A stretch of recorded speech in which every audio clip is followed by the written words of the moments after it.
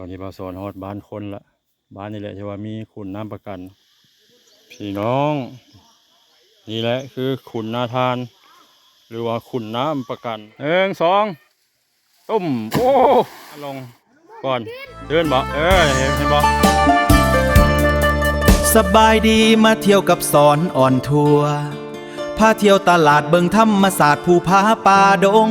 พาเบิงผู้สาวผู้สบายดีพี่น้องหมดสู่ผู้สุขเนาะตอนนี้บาสอนอยู่ระหว่างทางไปแหล่งท่องเที่ยวขุนนาทานหรือว่าขุนน้ำประกันเป็นกำลังแวใจะเช้าเมื่อยแทนทางอากาศร้อนจะร้อนว่าพี่น้องวันนี้ก็เป็นสวนยางพาราค่ะเจ้าสวนยางนี่ลายขนาดเลยทางเส้นนี้ทางที่จะไปก็ยังอีกบ่ไกลอาจจะประมาณ5-6 กิโลเมตรนี่แหละแต่ว่าร้อนเมื่อยพี่น้องอยากโดดน้ำได้แบบนี้คือทั้งสวนยางพาราแล้วก็สวนไม้ยูคาพี่น้องไม้ยูคาลิปตัสน่าจะเป็นของบริษัทเอกชนเนาะหลายว่าพี่น้องส่งเข้าโรงงานหรือว่าอาจจะส่งไปต่างประเทศเอาไปเฮ็ดทานเนี่ยคือสิได้เนาะเฮ็ดทานทานด่างไฟนะพี่น้องนี่เขาก็บอกว่าเพิ่นเอาไปเฮ็ดอย่างแน่เนาะบรรยากาศระหว่างทางไปขุนนาทาน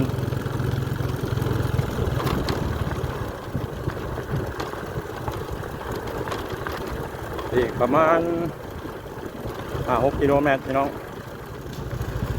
ถนนหนทางก็โอเคอยู่พี่น้องแต่ว่าเปลี่ยวพอสมควรนะบุคคลมีคนเที่ยวโมเมนต์คนในท้องถิ่นเนาะบอแนะนำให้มาคนเดียวเด้อพี่น้องน่าจะหากระปุกได้ประมาณ3-4 ปีพี่น้อง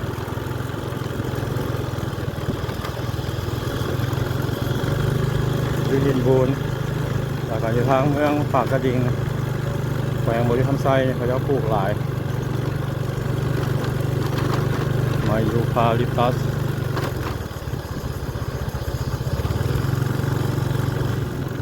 บรรยากาศอยากเป็นตาอยากลิ่นสงกรานต์แล้วพี่น้อง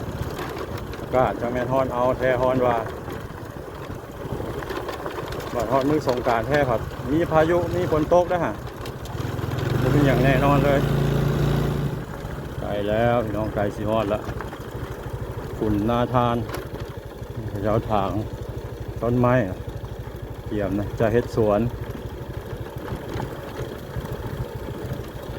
เส้นทางเส้นนี้ยังไม่แน่ใจว่าซอดใส่บ้านใด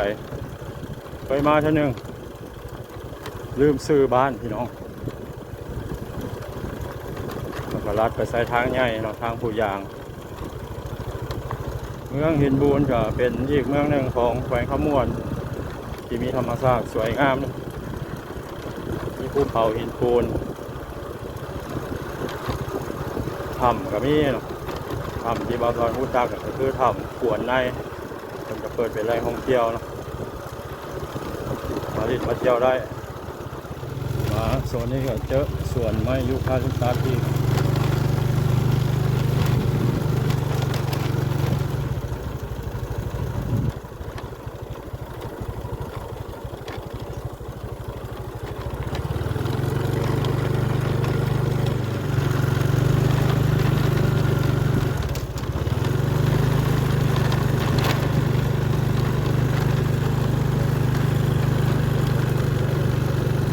ทางเบื้องขวามือยังน้อยอยู่พี่น้อง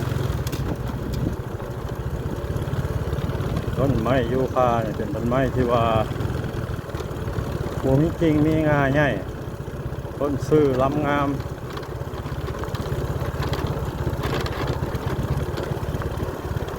ความยาวของมันนี่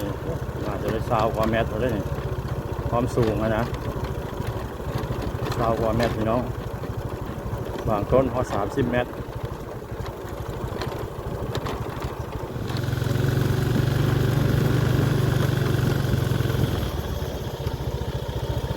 จะจูดสวนพี่น้องเสียสวนยางไหมวิวงามพี่น้องภูเขาหินปูนแล้วก็ภูดินเนาะ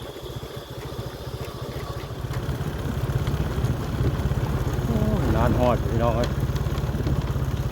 เคยมาจะคือโมเรื่องทางแล้วมันเปลี่ยนอะไร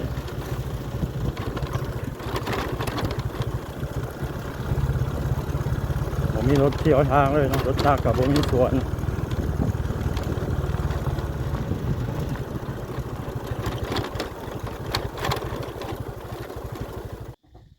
ตอนนี้บาสอนฮอดบ้านคนละบ้านนี่แหละที่ว่ามีคุณน้ำประกันมีทางแยกทางสามแยกบอลเด็กน้อยขี่รถทีบทางลงไปคุณน้ำประกัน อันนี้คือบ้านนาทานพี่น้องโอ้ยลืมซื้อบาสอนเคยมาบ้านนี้เท่านึงบ้านนาทานเนาะที่ว่ามีคุณนาทานหรือว่าคุณน้ำประกันนั่นแหละเป็นบ้านที่สวยงามเลยเนาะอ้อมหอบไปด้วยนี่ภูเขาหินปูนเป็นสานบ้านซองก็มีแต่หลังใหญ่ๆเงียบสงบขนาดพี่น้อง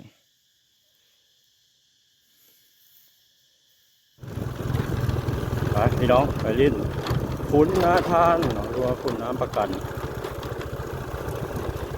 เป็นคุณน้ำที่ใสไหลออกมาจากตีนผาเป็นสีเขียวมรกต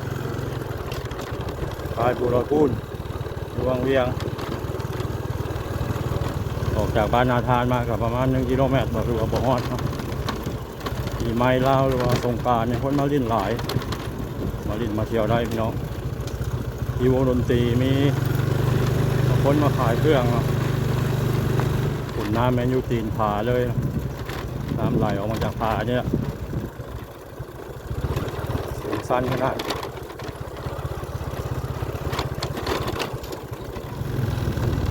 วันปกติพี่น้องบ้านอื่นเนาะหรือว่าอยู่ในเมืองเขาก็มักมากินข้าวปลา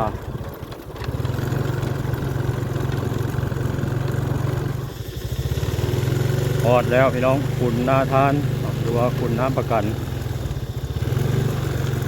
วันลิ้นยอดนิยมวันลิ้นซื้อด่างของเมืองหินบูน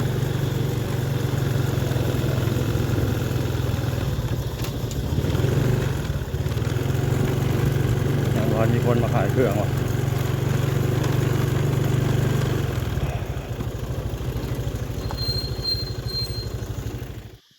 พี่น้องนี่แหละคือขุนนาทานหรือว่าขุนน้ำประกันเป็นบ่อน้ำประกันไหลออกมาจากตีนผาเป็นสีเขียวมรกตสวยงามเป็นแหล่งท่องเที่ยวบ่อนลิ่นยอดนิยมของพี่น้องชาวเมืองหินบูนสามารถลงลิ่นได้เนาะเป็นบ่ได้ห้ามแต่ต้องระมัดระวังเนาะใส่เสื้อชูชีพก็ดีทางเทิงเขาจะมากินข้าวปลาน้ำไหลออกมาจากตีนผานี่แหละผานี่สูงสั้นค่าขนาดได้พี่น้องเบิงสูงค่าขนาดบริเวณทางเทิงก็เป็นป่าไม้เนาะต้นไม้ใหญ่ยังหลายกกเปื่อยกกหยางเต็มเลยยามสงกรานต์ปีใหม่ลาวเจ้าก็มาลิ่นเต็มเลยอยู่นี่มีวงดนตรีมาขายเครื่องคนมาเที่ยวหลายเจ้าโดดงาไม้พี่น้องกินข้าวปลาเนาะน้ำใสลีพี่น้องเลยปลาก็คือสิหลายน่าจะเป็นว่างสังวรบ่เนี่ย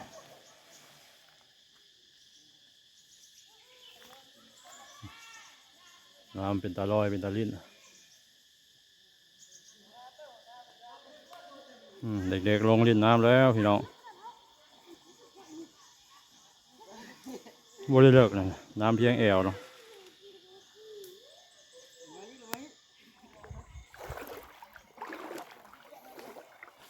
อยู่กลางน้ำสิเลิกหลายเมตรอายุแคมนี่ลิ้นพอดีลิ้นเนาะ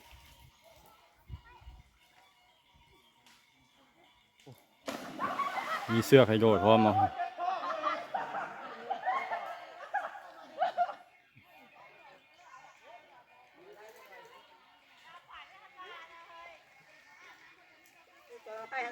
เอาผู้บ่าวน้อยกำลังสิโดดพวกไม้เนี่ยอาบุสูงปานใด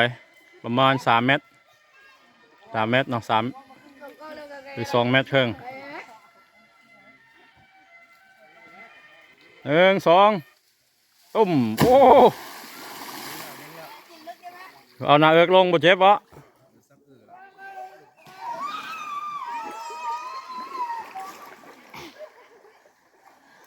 เอาลงทางซื่อไหมเอาหน้าเอิกลงเจ็บได้เอาขาทางขานะลงก่อนตื่นบ่เห็นบ่เราลงฮะต้องมีจังหวะไหนเจ็บเลยลงมาสเปนบูซูงมาได้น้ำใส่ค่าขนาดเลยพี่น้องสุดยอดเนาะเทิงมีโอนซ่าเนาะเขาจะเอามามัดไว้โอ้ลอยมากก็ได้น้ำบริเลิก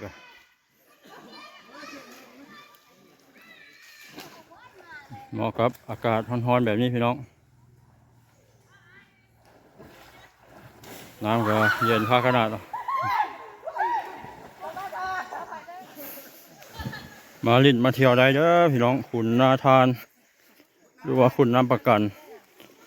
ตั้งอยู่บ้านนาทานเมืองยินบูนแขวงขมวนวัยรุ่นเขาเจ้ากำลังร่างไหลกันมาลิ้นตัวนี้เป็นธรรมชาติดีเลยสถานที่ท่องเที่ยวบ่อนี้กำลังแข่งกันเอาไฟสิฮอตก่อนเอาบ่ไหวเสื้อเขียว